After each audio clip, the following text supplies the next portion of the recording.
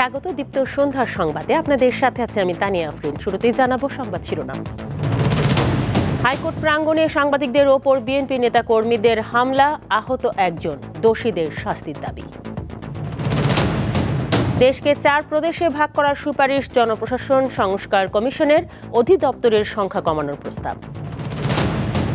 এবং আখেরি মোনাজাতের মধ্য দিয়ে শেষ হলো জুবায়েরপন্থীদের বিশ্ব ইজতেমা, মুসলিম উম্মার শান্তি কামনা।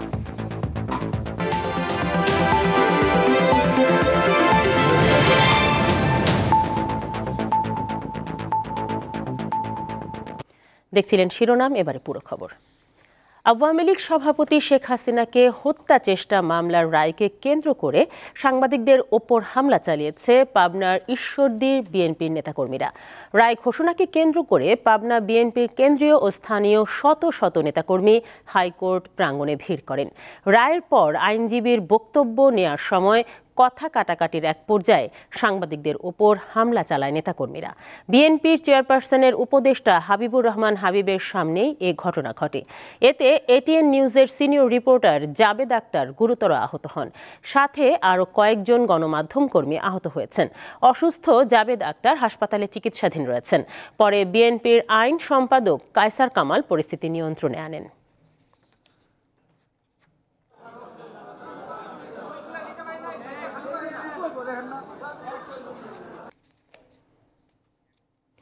পাবনার ঈশ্বরদীতে শেখ হাসিনাকে বহনকারী ট্রেনে গুলি ও বোমা হামলার অভিযোগে করা মামলায় বিএনপির ৪৭ জন নেতাকর্মী সবাই খালাস পেয়েছেন।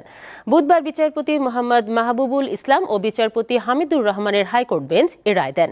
১৯৯৪ সালের ২৩ সেপ্টেম্বর ট্রেনে খুলনা থেকে সৈয়দপুর যাওয়ার সময় ঈশ্বরদীতে শেখ হাসিনাকে বহনকারী ট্রেনে গুলি ও বোমা হামলা চালানো হয়।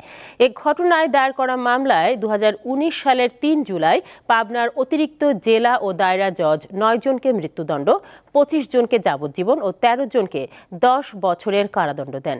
সাজাপ্রাপ্তরা সবাই বিএনপি, ছাত্রদল ও যুবদলের সাবেক ও বর্তমান নেতাকর্মী। মামলার ডেথ রেফারেন্স ও আপিল শুনানি শেষে হাইকোর্ট সবাইকে খালাস দিয়েছে। জুলাই আগস্টে গণহত্যা মামলায় চট্টগ্রামের সাবেক এমপি এবিএম ফজলে করিম চৌধুরীকে ১৬ ফেব্রুয়ারি হাজির করার নির্দেশ দিয়েছে আন্তর্জাতিক অপরাধ ট্রাইব্যুনাল। পাশাপাশি আওয়ামী লীগের সাধারণ সম্পাদক ওবায়দুল কাদের ও পুলিশের সাবেক মহাপরিদর্শক চৌধুরী আবদুল্লাহ আল মামুনের মামলার তদন্তে তল্লাশি, জব্দ ও নথিপত্র যাচাই করার অনুমতি দিয়েছে আদালত। যে অভিযোগগুলো আমরা পেয়েছি তা ট্রাইব্যুনালের সামনে আমরা পেশ করেছি। ট্রাইব্যুনাল শুনেছেন এবং স্যাটিসফাইড হয়ে ওনাকে আগামী ১৬/২/২০২৫ তারিখে ট্রাইব্যুনালে হাজির করার জন্য নির্দেশ প্রদান করে আরেকটি মামলায় আমরা গ্রেফতারি পরোয়ানার আবেদন করেছিলাম, সেটি মঞ্জুর হয়েছে। কাকে গ্রেফতারি পরোয়ানা চেয়েছি সেটি আমরা তাকে গ্রেফতার করার স্বার্থে আপনাদের সামনে বলছি না। অন্তর্বর্তী সরকার গঠিত আরও 2টি সংস্কার কমিশন তাদের প্রতিবেদন জমা দিয়েছে। এই 2টি কমিশন হল জনপ্রশাসন ও বিচার বিভাগ সংস্কার কমিশন। দুপুরে রাষ্ট্রীয় অতিথি ভবন যমুনায় অন্তর্বর্তীকালীন সরকারের প্রধান উপদেষ্টা ডক্টর মোহাম্মদ ইউনূসের কাছে এই প্রতিবেদন জমা দেন জনপ্রশাসন ও বিচার বিভাগ সংস্কার কমিশনের প্রধানরা। পরে ব্রিফিংয়ে প্রধান উপদেষ্টার ডেপুটি প্রেস সেক্রেটারি জানান, দেশকে 4 প্রদেশে ভাগ এবং মন্ত্রণালয় ও অধিদপ্তরের সংখ্যা কমিয়ে 25টি করার সুপারিশ করেছে জনপ্রশাসন সংস্কার বিষয়ক কমিশন। এছাড়াও টঙ্গী থেকে নারায়ণগঞ্জ পর্যন্ত বাড়িয়ে ঢাকাকে সিটি গভর্নমেন্ট বা ফেডারেল সরকার করার প্রস্তাবও করা হয়েছে।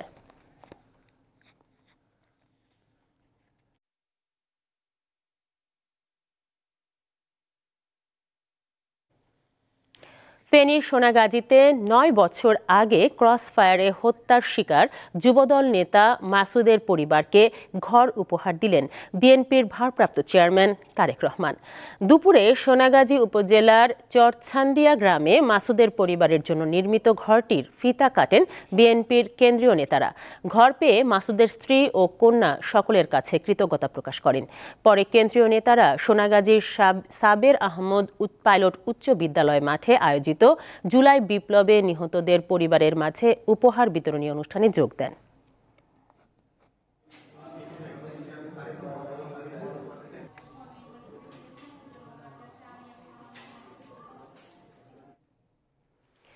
বিএনপির স্থায়ী কমিটির সদস্য সালাউদ্দিন আহমদ অভিযোগ করেছেন, অন্তর্বর্তীকালীন সরকারের উপদেষ্টা পরিষদে শেখ হাসিনার দোসররা রয়েছেন। বিএনপির পক্ষ থেকে বলার পরও তাদের বাদ দেয়া হয়নি। এভাবে প্রশাসন থেকে সর্বত্র গুরুত্বপূর্ণ জায়গায় ফ্যাসিবাদের দোসররা বসে আছে। বুধবার জাতীয় প্রেস ক্লাবে এক আলোচনা সভায় তিনি এ অভিযোগ করেন। সালাউদ্দিন আহমদ বলেন, জুলাই ঘোষণাপত্র তৈরি করেছে বিএনপি। ছাত্রদের ঘোষণাপত্রের সঙ্গে সমন্বয় করে কিভাবে রাজনৈতিক দলিল হিসেবে সাংবিধানিক ভিত্তি দেয়া যায় তা নিয়ে চিন্তাভাবনা চলছে। এ নিয়ে তাড়াহুড়ো না করার আহ্বান জানান তিনি। তো শেখ হাসিনার দোসররা তো আপনার উপদেষ্টা পরিষদে অন্তর্ভুক্ত আছে। আমরা পরামর্শ দিয়েছিলাম, আপনি তাদেরকে বাদ দেন নাই। শেখ হাসিনার দোসররা প্রশাসনে আছে, সর্বোচ্চ পর্যায়ে আছে। আমরা বলেছিলাম, ফ্যাসিবাদের দোসরদেরকে বহাল রেখে আপনি বেশি দূর এগোতে পারবেন না। আখেরি মোনাজাতের মধ্য দিয়ে শেষ হলো বিশ্ব ইজতেমার প্রথম পর্বের দ্বিতীয় ধাপ। টঙ্গীর তুরাগ তীরে আয়োজিত এই ইজতেমায় দুপুরে আখেরি মোনাজাত পরিচালনা করেন মাওলানা জুবায়ের আহমেদ। মোনাজাতে বিশ্বের মুসলিমদের মধ্যে ঐক্য, শান্তি ও কল্যাণ কামনা করা হয়। এর আগে সকাল 9:30টায় হেদায়েতি বয়ান করেন ভারতের মাওলানা আব্দুর রহমান। এ বয়ানের পর নসিহত করেন ভারতের মাওলানা ইব্রাহিম দেওলা। বয়স ও অসুস্থতাজনিত কারণে এবারের ইজতেমার 2 ধাপে মোট 7 জন মুসল্লি মারা যান। আগামী 14 ফেব্রুয়ারি থেকে মাওলানা সাদ অনুসারী মুসল্লিদের 3 দিনের বিশ্ব ইজতেমা শুরু হবে, চলবে 16 ফেব্রুয়ারি পর্যন্ত।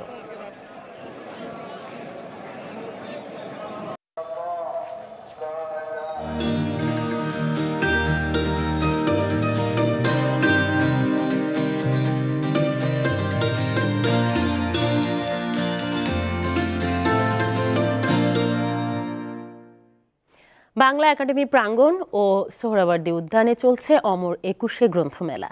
সেখানে রয়েছেন আমাদের সহকর্মী লাবণী গুহ, সরাসরি যুক্ত হচ্ছেন তিনি। লাবণী, আজ অমর 21 গ্রন্থমেলার 5ম দিন। সন্ধ্যায় লেখক পাঠক সমাগম কেমন দেখছেন, আর ক্রেতাদের মাঝে কি ধরনের বইয়ের প্রতি বেশি আগ্রহ দেখছেন আপনি এবারের মেলায়? ধন্যবাদ তানিয়া। জুলাই গণ অভ্যুত্থান, নতুন বাংলাদেশ বিনির্মাণ, বোঝা যাচ্ছে তরুণদের নিয়ে এবারের মেলার মূল আকর্ষণ।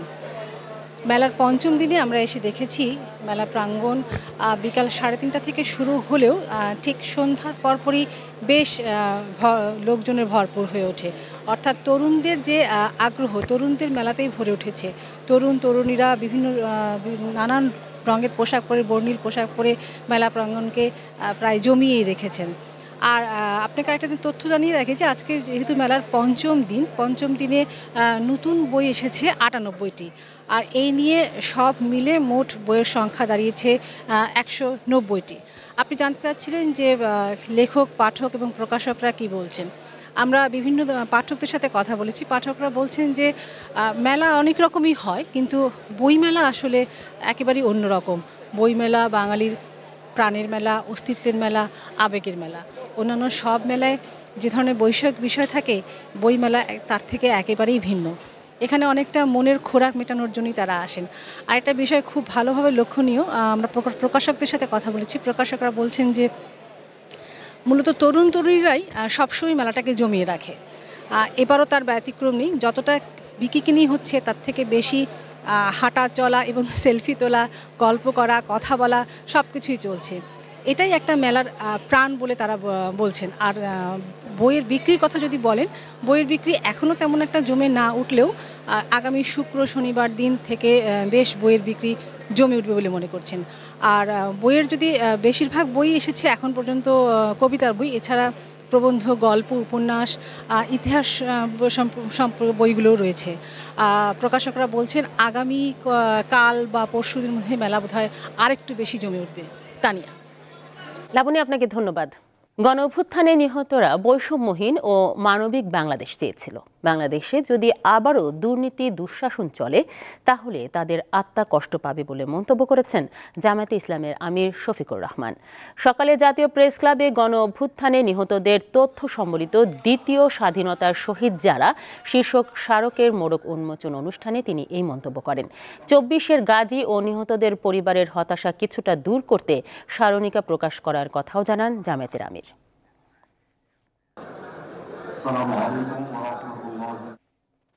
খেলার খবর।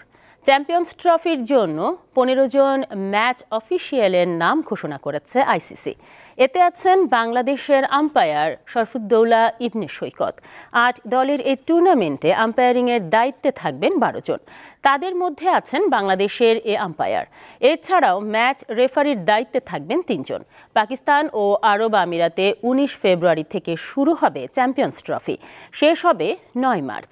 পাকিস্তানের করাচি, লাহোর, রাওয়ালপিন্ডি এবং আমিরাতের দুবাইয়ে ম্যাচগুলো অনুষ্ঠিত হবে। গত ডিসেম্বর জানুয়ারিতে বর্ডার গাভাস্কার ট্রফিতে ম্যাচ পরিচালনা করেন শরফুদ্দৌলা।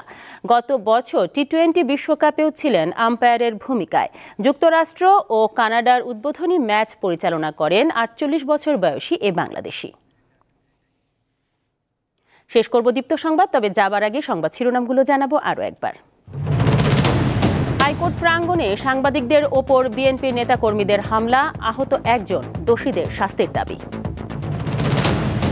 দেশকে ৪ প্রদেশে ভাগ করার সুপারিশ জনপ্রশাসন সংস্কার কমিশনের, অধিদপ্তরের সংখ্যা কমানোর প্রস্তাব। এবং আখেরি মোনাজাতের মধ্য দিয়ে শেষ হলো জুবায়েরপন্থীদের বিশ্ব ইজতেমা, মুসলিম উম্মার শান্তি কামনা। এ ছিল এখনকার মতো। আমাদের পরবর্তী সংবাদ রাত 11টায়। দর্শক, তথ্য ও বিনোদনের খবর পেতে যুক্ত থাকুন দীপ্ত ডিজিটাল প্ল্যাটফর্মগুলোতে। ধন্যবাদ সবাইকে।